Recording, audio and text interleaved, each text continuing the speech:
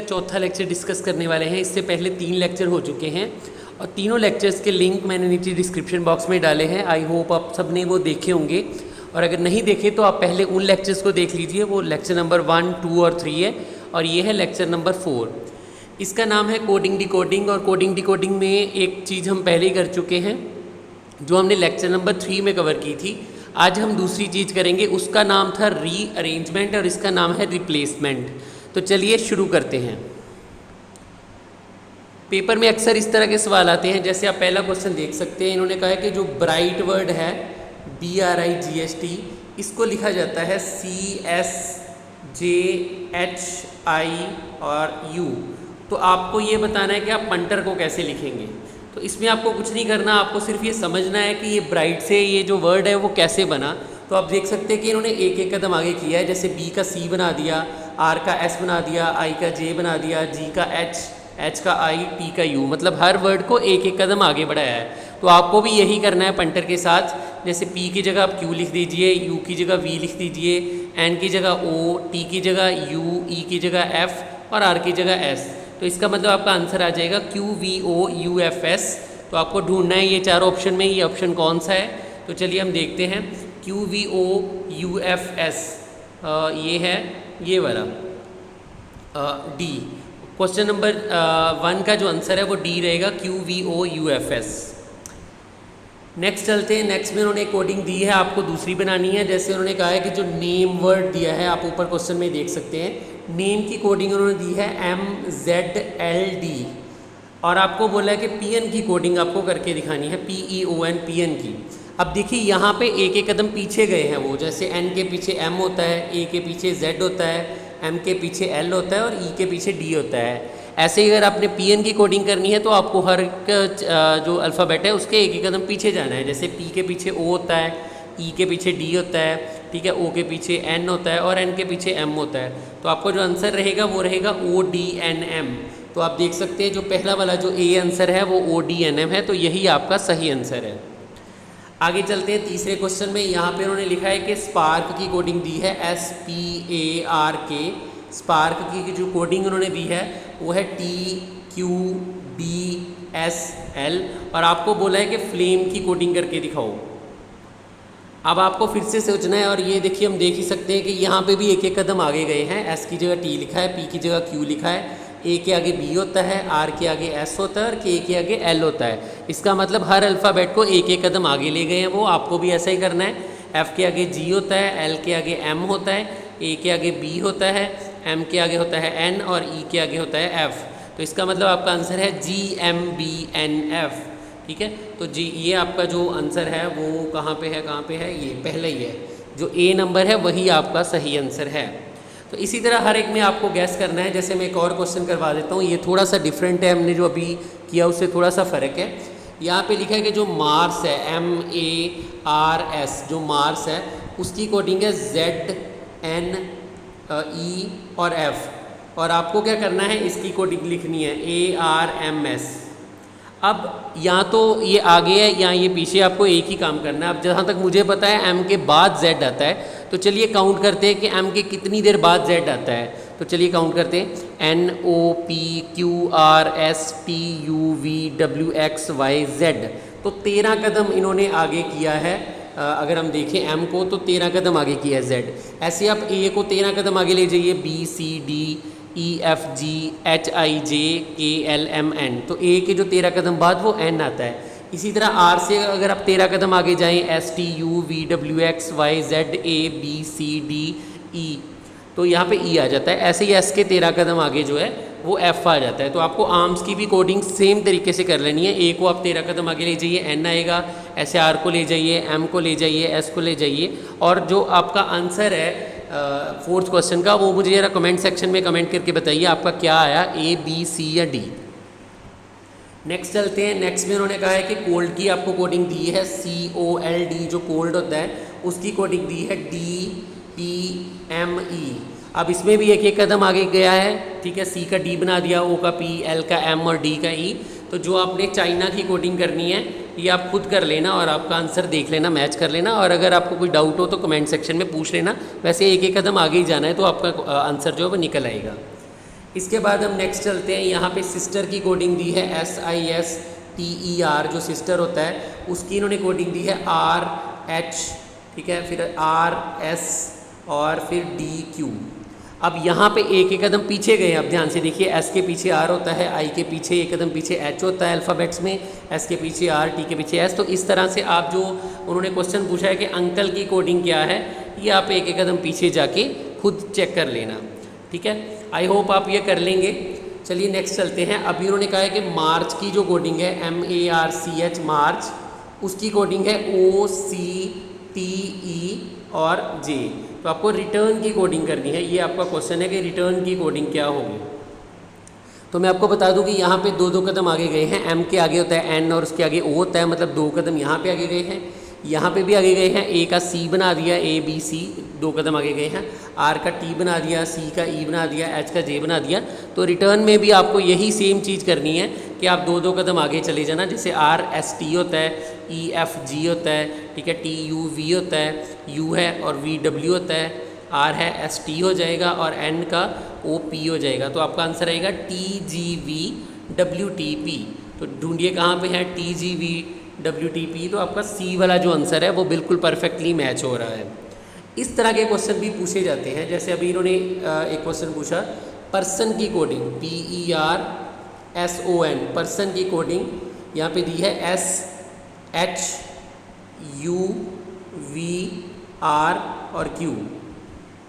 अब यहाँ पे आप देखिए P की कोडिंग इन्होंने S दी है, E की H दी है, R की U, S की V, O की R और N की Q।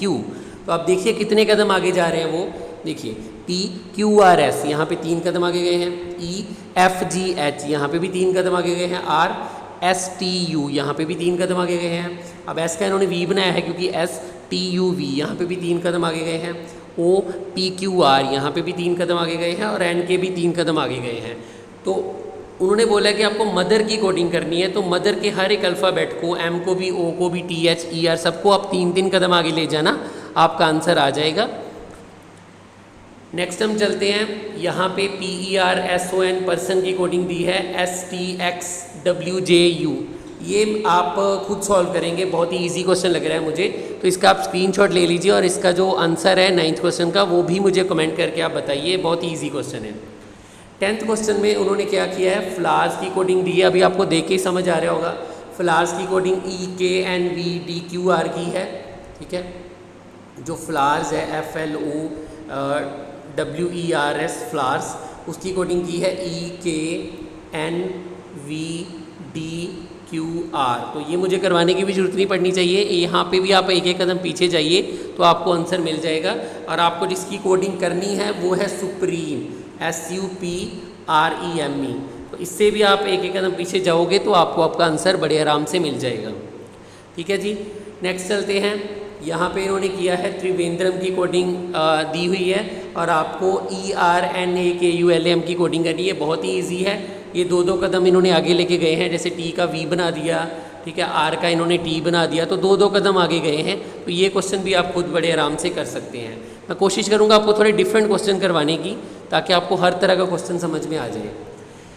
यहाँ पे जो क्वेश्चन है ये आप देख सकते हैं, EARTH अर्थ दिया है, ठीक है, और इसकी कोडिंग दी है JVTCG, ये इन्होंने कोडिंग दी है। अब ये क्वेश्चन थोड़ा सा अलग लगेगा आपको, क्योंकि पहले तो क्या होता था वो नीचे हम कोडिंग लिखते थे, इस बार मैंने सामने लिखी। इसका एक रीज़न आप समझिए, जैसे जो H है उसका IJ उसको 2 कदम आगे ले गए, ऐसे TUV उसको भी 2 कदम आगे ले गए, लेकिन जो 2 कदम आगे लेके गए वो अब मैंने सामने को लिखा, क्योंकि पहले इन्होंने H की कोडिंग की, फिर T की, फिर R की, फिर A की, फिर E की। तो मुझे तो बहुत ज़्यादा एक्सपीरियंस होने की वजह से पहले ही पता चल जाता है। आप जब प्रैक्टिस करोगे तो आपको भी बड़े आराम से समझ आना शुरू हो जाएगा। जैसे R है उसका इन्होंने ST 2 कदम आगे ले जाके T बना दिया, और A का क्या बना दिया, BC बना दिया, E का क्या बना दिया, FG बना दिया। तो आपको कोडिंग करनी है ग्लोब की, ठीक है, GLOBE, ग्लोब की आपने कोडिंग करनी है। तो कैसे होगा ये, E का बना दो FG, ठीक है, B का बना दो CD, D बन गया, ये D है, O का बना दो PQ, ये Q बन गया, L का MN, ये N बन गया, और G का बना दो HI, तो ये I बन गया। तो GDQNI, ठीक है, GDQNI। तो पहला ही आपका जो आंसर है वो आपका रियल आंसर है। तो इस तरह से आप बैकवर्ड कोडिंग भी कर सकते हैं। तो आपको वैसे देख के अंदाज़ा हो जाता है, जैसे यहाँ पे अगर हम अर्थ की JVT माने तो ई का जे तो बन नहीं सकता, एच का जे बन सकता है। तो आप दोनों तरीके से ट्राई करके देख लो, आगे वाला भी पीछे वाला भी, तो एक तो डेफिनेटली बन ही जाएगा। उसके बाद ऐसे क्वेश्चन भी आते हैं जिसमें 2 की कोडिंग दी होती है और तीसरे की फाइंड करनी होती है। अब जैसे ये पहला क्वेश्चन है, इन्होंने कहा है कि जो सैंड है SAND, उसकी इन्होंने कोडिंग दी है VD, क्या दिया है, Q और G, ठीक है। ये कोडिंग दी है। एक बर्ड की कोडिंग दी है BIRD, बर्ड की कोडिंग दी है इन्होंने ELUG, और आपको बोला है कि लव की कोडिंग करो। वाह, मेरा मतलब है लव की कोडिंग करनी है। तो कैसे करेंगे, जैसे S का क्या बना TUV, S को 3 कदम आगे ले गए तो V बन गया। ऐसे A को 3 कदम ले गए BCD, 3 कदम आगे तो D बन गया। N का OPQ, ये भी 3 कदम आगे है। D का EFG, ये भी 3 कदम आगे है। ऐसे B को भी 3 कदम आगे, I को भी, R को भी और D को भी। तो आपने किसकी कोडिंग करनी है, लव की करनी है। तो लव की हम कैसे करेंगे, 3-3 कदम आगे ले जाके, जैसे L का क्या बनेगा MNO, O का क्या बनेगा PQR, V का क्या बनेगा WXY और E का क्या बनेगा FGH। तो ORYH, ये आपका D वाला आंसर जो है वो मैच हो रहा है। तो इस तरह के क्वेश्चन भी आएंगे। अब ये क्वेश्चन बिल्कुल इसके जैसा है, ये आप खुद करोगे। कम की कोडिंग दी हुई है COME, कम, इसकी कोडिंग दी है EQ, ठीक है, OG, और फन की कोडिंग भी दी हुई है FUN, फन की कोडिंग दी है HWP। इसमें मैं आपको एक ही हिंट दे रहा हूँ कि ये 2-2 कदम आगे गए हैं, जैसे C का DE बन गया, O का PQ बन गया। आप मुझे बताइए कमेंट सेक्शन में कमेंट करके 14 क्वेश्चन का आंसर LANKY, इसकी अगर आप कोडिंग करोगे तो क्या आंसर आएगा, ये मुझे बताइए। अब हम 15 क्वेश्चन पे चलते हैं, लेकिन वो भी सेम सा ही लग रहा है मुझे। उसमें भी आई थिंक एक जैसे इन्होंने टॉप में एक बता भी देता हूँ आपको थोड़ा सा, टॉप की कोडिंग की है RMN, तो ये तो 2-2 कदम पीछे गए, ये तो बड़ा क्लियर सा दिख रहा है मुझे। और आपको इसकी कोडिंग करनी है SUMPTUOUS, इसकी कोडिंग आपने करनी है। तो इसको भी आप 2-2 कदम पीछे ले जाओगे तो बड़े आराम से आंसर आ जाएगा। तो ये भी सेम ही क्वेश्चन है, ठीक है। तो इस तरह के क्वेश्चन इस सेक्शन में पूछे जाते हैं। अब जो क्वेश्चन नंबर 16 है, ये 17 है, आप सबके स्क्रीनशॉट ले सकते हैं। ये 16 है, ये 17 है, इसका भी स्क्रीनशॉट ले लीजिए। ये 18 है, इसका भी स्क्रीनशॉट ले लीजिए। और ये है आपका क्वेश्चन नंबर 19, ठीक है, ये इसका भी स्क्रीनशॉट ले लीजिए। तो ये 3-4 क्वेश्चन जो लास्ट वाले हैं, इसका आप स्क्रीनशॉट लेके आराम से इसको कर सकते हैं, ठीक है। अब बच्चे कहते हैं कि सर इतनी प्रैक्टिस काफ़ी नहीं है, तो हमें और प्रैक्टिस करनी है, तो और प्रैक्टिस कैसे करें।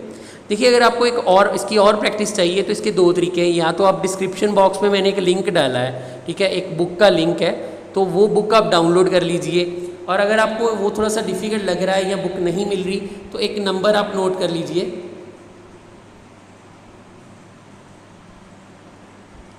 ये वो नंबर है, आप इस पर व्हाट्सएप कर दीजिए अपना नाम और आप मतलब थोड़ा सा लिख के भेज देना कि बुक चाहिए।